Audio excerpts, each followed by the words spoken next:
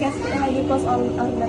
Kenapa close mulu sih? Nia jualan gak, Min? Kakak, kita pengen banget semua Omodachi bisa ngerasain udon dari Omoide.